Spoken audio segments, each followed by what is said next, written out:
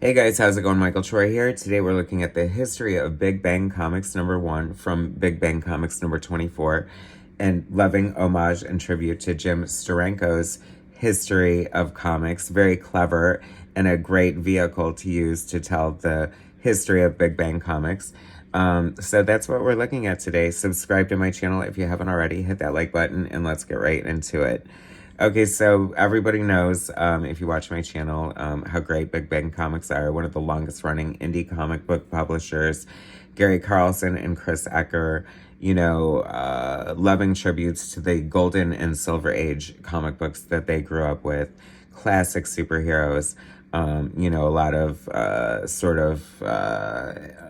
analogs for like Wonder Woman and Aquaman and The Flash and Superman and Batman and Robin, but very original and unique unto themselves with, arguably aren't a lot of comic book characters avatars in the long run.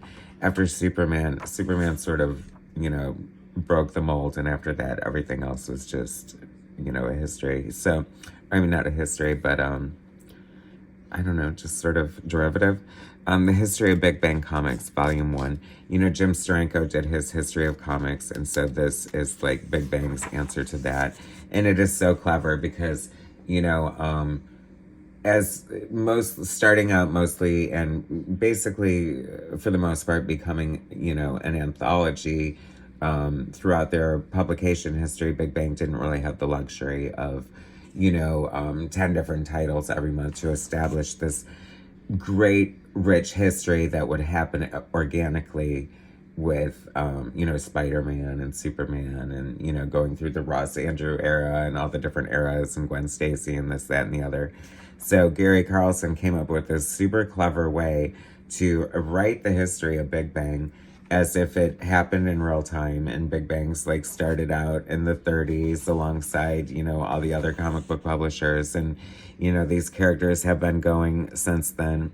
There's like a nice little intro here with the different eras of comic book, and it's credited to Jim Steranko, so I feel like this may be coming directly from Jim Steranko's History of Comics. I'm not quite sure, but I feel like it is.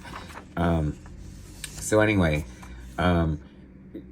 it's very meta in a way, right? Like Gary Carlson created this false history where, they've got like Skip Tracer, who's like their Dick Tracy, because Big Bang has their sort of, answer to a lot of different, heroes and comics and strips over the years.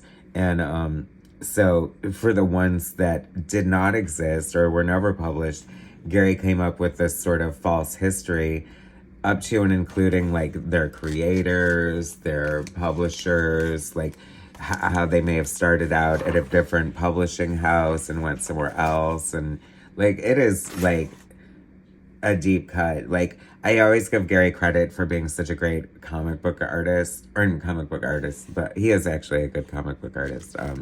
As you'll see in my Big Bang comic anthology, The 2 Pages by Gary Carlson. But no, he's an amazing, like one of my all-time favorite comic book writers. I feel like he just understands how to tell a story, any genre, any character. His dialogue is on point. He just has a fundamental understanding of comic book storytelling that is so there. But I feel like the point I was trying to make is that like this goes beyond that to just this is sort of like investigative journalism in a way, but so creative to come up with all this stuff. And like I asked him at one point, because I remember looking at this before, I just couldn't believe that these are all like fake covers, and they basically are. And I can't help but feel these would all make amazing trading cards too. Or a fun pinup book, just to see like a collected, like full-size colored version of these amazing like tributes to the golden and silver age, for a history of Big Bang that doesn't exist. Isn't that crazy in a way? But it's just so genius on top of that. It's almost like a kayfabe in a way, it's almost like a trick, like the Century series when they said they unearthed that character and it was basically BS. But I mean, I don't think it was like any big secret. You know what I mean? Like, he's definitely like telling it straight, but I think he knows you're in on the joke, right? Like, and then we have this great pinup here, this illustration of Ultra Girl from Rob Liefeld. I love Ultiman in the background. This is like such a young Rob Liefeld, and I just love like the enthusiasm he put back in his superheroes in his early days, and it's no wonder he would move on to his own star fame. I love all these like hot takes on different like Ultiman's Lori Lake, Red Hot comics here. These are so good, you know. So much fun art in here, just weaved into this, like I said, fabricated, fictional history of Big Bang comics. Like, it feels like a double whammy, and I think it is so clever. Like, that's, you know, I always say that Big Bang Comics is one of the best kept secrets, you know, one of the most enduring running indie comic book companies who have, you know, given birth to so many great comic book artists. And like, look at this. Okay, so this is Night Watchman, created by created by Chris Ecker, Gary Carlson's co-founder and co-publisher of Big Bang, who's also in the Big Bang comics anthology, who wrote this great story for us.